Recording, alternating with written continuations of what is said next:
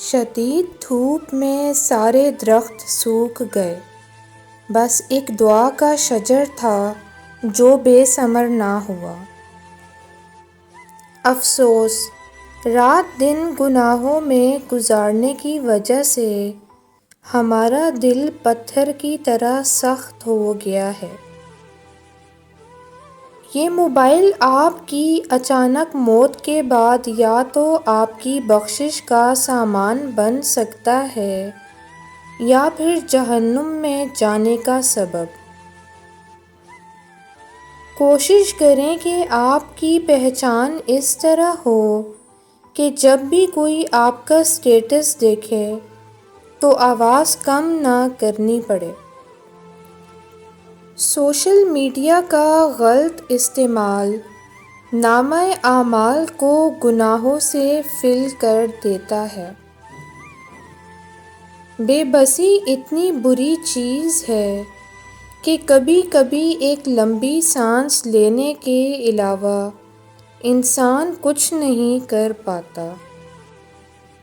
میرے ہارے ہوئے بندوں سے کہہ دو، میں کسی کو اس کی طاقت سے زیادہ نہیں آزماتا۔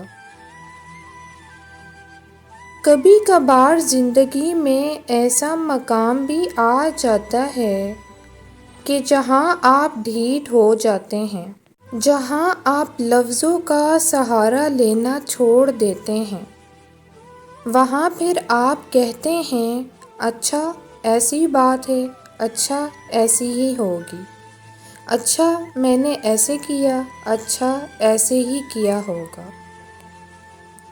بدنگاہی ایسا گناہ ہے جو عبادت کی لذت چھین لیتا ہے۔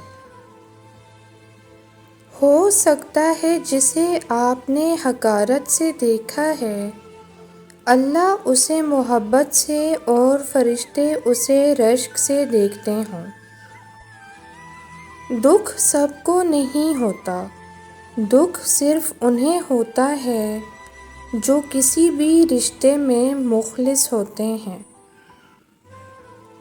لوگوں کا منہ بند کرنے سے اچھا ہے اپنے کان بند کر لو۔ دنیا پاس ہونا برا نہیں ہے، بلکہ دنیا کا آپ کے دل میں رہ جانا خطرے کی بات ہے۔ سکون کی جھونپڑی پریشانی کے محل سے بہتر ہے۔ یہ عبادت ہے یا عبادت کی توہین؟ اقبال۔ جب کچھ ہاتھ نہ آیا تو خدا یاد آیا۔ اچھی نیند کے لیے ضروری ہے خدا اور ہمسائے کے ساتھ صلح ہو۔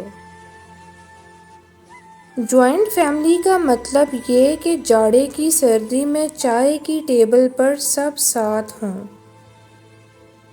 مسکراؤ کہ اللہ تمہاری پریشانیوں سے بڑا ہے۔ انسان کی سب سے بڑی غلط فہمی یہ ہوتی ہے کہ وقت بہت ہے اور ہدایت کے لیے زندگی پڑی ہے۔ رابطے ضروری ہیں رشتوں کی بقا کے لیے، لگا کر بھول جانے سے شجر سوکھ جاتے ہیں۔ لوگ آپ کی زندگی میں واپس آئیں گے جب وہ ان لوگوں سے مایوس ہو جائیں گے جنہیں وہ آپ سے بہتر سمجھتے تھے، لیکن آپ نے یہ نہیں بھولنا کہ لوٹ کر آنے والوں کے پھر وہ رتبے نہیں رہتے۔ ایک ہی دریا میں کوئی شخص دو بار نہیں اتر سکتا۔ چناؤ اس شخص کا کرو جو تمہارے بگڑے موسموں کو برداشت کر سکے، جو تمہارے اندر کے طوفان کو سمجھے، جو جانتا ہو کہ تمہاری تلخی تمہاری فطرت نہیں بلکہ وقتی تھکن ہے۔ جب اللہ تمہیں کسی کے اصلی رنگ دکھائے تو دوسری تصویر بنانے کی کوشش مت کرنا۔ آوازیں ہمیشہ آپ کو سچ نہیں بتاتی ہیں۔ لیکن خاموشی آپ کی توقع سے زیادہ بلند آواز میں بول سکتی ہے۔ عمیرہ احمد لکھتی ہیں کہ جو چیز اللہ نہ دے اسے لوگوں سے نہیں مانگنا چاہیے، ورنہ انسان بڑا خوار ہوتا ہے۔ When Jalal Uddin Rumi said, یہ روح کچھ بھی ہو ہمیشہ اداس رہے گی، یہ دنیا اس کا گھر نہیں۔ رسول اللہ صلی اللہ علیہ وآلہ وسلم نے فرمایا، اللہ تبارک و تعالیٰ فرماتا ہے، اے ابن آدم، اگر تو نے صدمے کی ابتدا پر ہی صبر کیا اور ثواب کی امید رکھی تو میں تیرے لیے جنت سے کم تر ثواب پر راضی نہیں ہوں گا۔ چالاکی 4 دن چمکتی ہے اور ایمانداری عمر بھر چمکتی ہے۔ نصیب وہ چیز ہے جسے لوگ ہر اس چیز کا ذمہ دار ٹھہراتے ہیں جو وہ خود ٹھیک نہیں کر سکتے۔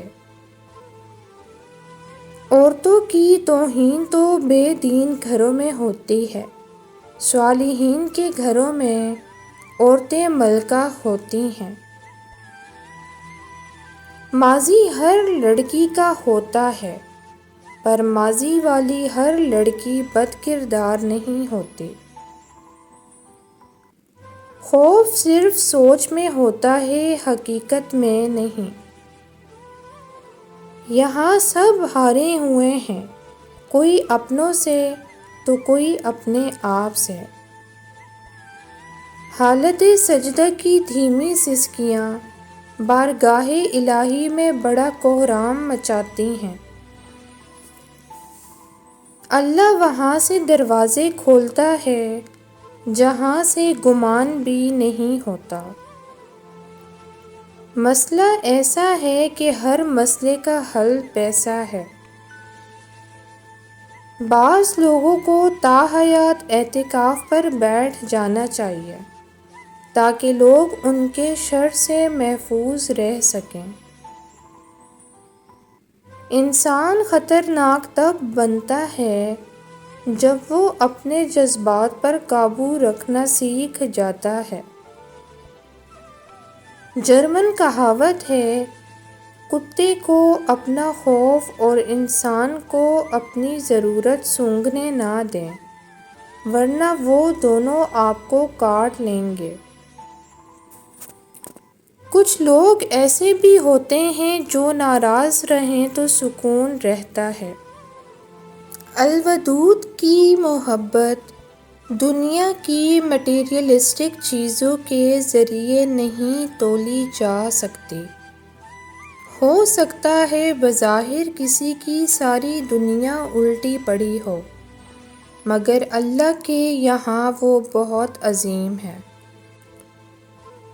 رات کے سناٹے میں رب کو پکارو تو ایسا لگتا ہے کہ رب صرف میرا ہے۔ ام المومنین سیدہ عائشہ رضی اللہ عنہا فرماتی ہیں، جس نے اللہ کو ناراض کر کے لوگوں کو راضی کیا تو اللہ اسے لوگوں کے حوالے کر دے گا، اور جس نے لوگوں کو ناراض کر کے اللہ کو راضی کیا تو اللہ اسے لوگوں سے کافی ہو جائے گا۔ اگر کوئی مجھ سے پوچھے کہ میں نے اپنی اب تک کی زندگی میں کیا سیکھا، کیا تجربہ کیا، تو میں کہوں گی کہ اللہ کے سوا کوئی بھی نہیں ہوتا۔ کل ملا کے انسان کا جو اثاثہ بچتا ہے وہ بس اللہ سے شروع اور اسی پر ختم ہو جاتا ہے، اور یہ دنیا، یہ دوست، حتیٰ کہ عزیز رشتے سب غائب ہو جاتے ہیں۔ کوئی مجھ سے پوچھے کہ زندگی کا حاصل کیا ہے تو میں کہوں گی کہ اللہ کو راضی کرنا اور ہر اس خواہش، ہر اس انسان سے دور ہو جانا جس کی وجہ سے آپ اللہ سے دور ہو رہے ہوں۔ کچھ حقیقتوں کا علم ہمیں ہمیشہ سے ہوتا ہے، لیکن دل انہیں ماننے پر راضی نہیں ہوتا، اور اگر راضی ہو بھی جائے تب بھی دل کے کسی نہ کسی کونے میں یہی امید چھپی رہتی ہے کہ کیا پتہ ایسا نہ ہو، کیا پتہ یہ حقیقت بدل جائے، کیا پتہ یہ جھوٹ ہو۔ ہماری یہی حرکت ہمیں نہ جانے کتنی دیر تک بے سکون رکھتی ہے۔ زخم تب ہی بھرتے ہیں جب ہم آزمائش کو تسلیم کر لیتے ہیں، اور آگے بڑھنے کی ہمت تب ہی آتی ہے جب ہم حقیقت کو مان لیتے ہیں اور اللہ کی رضا کو قبول کر لیتے ہیں، اس یقین کے ساتھ کہ اسی میں ہماری بہتری ہے، یہی ہمارے لیے بہترین تھا۔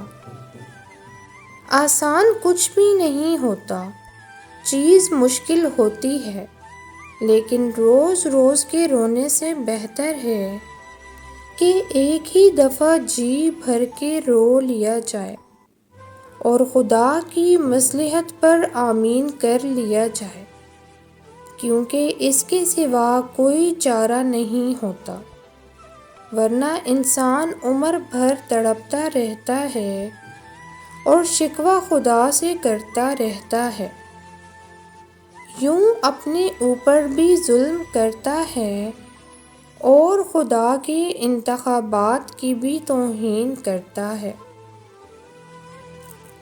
ہم ساری زندگی ایک دوسرے کے عیبوں کو بے پردہ کرنے میں گزار دیتے ہیں اور اپنے عیبوں کی جانب دیکھتے بھی نہیں۔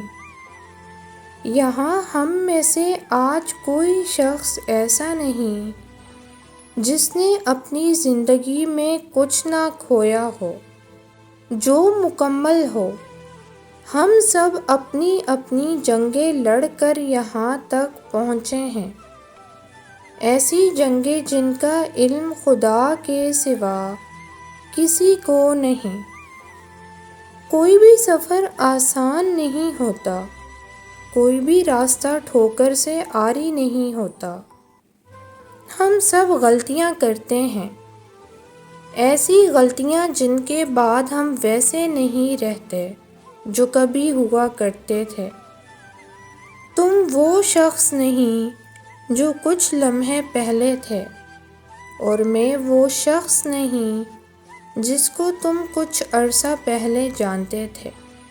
تو پھر شناسائی کیسی؟ تو پھر شناسائی کے یہ دعوے کیسے؟ گنہگار اور نیکوکاری کے فتوے کیسے؟ ہمارے راستے مختلف ہیں مگر منزل ایک ہے، ہمارے طریقے مختلف ہیں اور غلطیاں ایک سی ہیں، پھر یہ لڑائی کیسی ہے؟ ہمیں تو اشرف المخلوقات کا درجہ دیا گیا، جس نے فرشتوں کو سجدے کا حکم دیا تھا، وہی خدا ہمیں یوں دیکھ کر کیا کہتا ہوگا کہ تم کو تو انسانیت کے واسطے بنایا تھا، محبت کے واسطے بنایا تھا، اور تم خدا بننے میں اتنا مصروف ہو گئے کہ انسان بھی نہیں رہے۔ افسوس ہے اب ہم کیا تھے اور ہم کیا ہو گئے، بے حد افسوس ہے۔ اچھائی کا لبادہ اوڑھے نہ جانے ہمارے پہلو میں بیٹھے کتنے بے حس انسان ہیں۔ آپ کتنے بھی ایماندار کیوں نہ ہو، آپ دوسروں کا ایمان چیک کرنے کا حق قطعاً نہیں رکھتے۔ اگر کسی انسان کو آپ اللہ کی خاطر چھوڑ دیتے ہیں، اللہ اس کا بہترین نعم البدل اور دے دے گا، لیکن اگر انسان کی خاطر اللہ کو چھوڑ دیتے ہیں تو پھر آپ کو کیا نعم و بدل ملے گا؟ کہاں جائیں گے آپ؟ گناہ چھوڑنا آسان نہیں ہوتا، مگر جو چھوڑ دیتا ہے وہ سکون پا جاتا ہے۔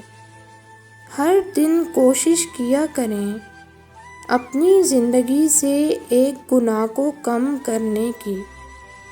گناہوں کا بوجھ بعض اوقات اتنا بڑھ جاتا ہے کہ وہ ہماری زندگیوں میں مختلف بیماریوں، پریشانیوں اور تکلیفوں کی صورت میں نکلنے لگتا ہے۔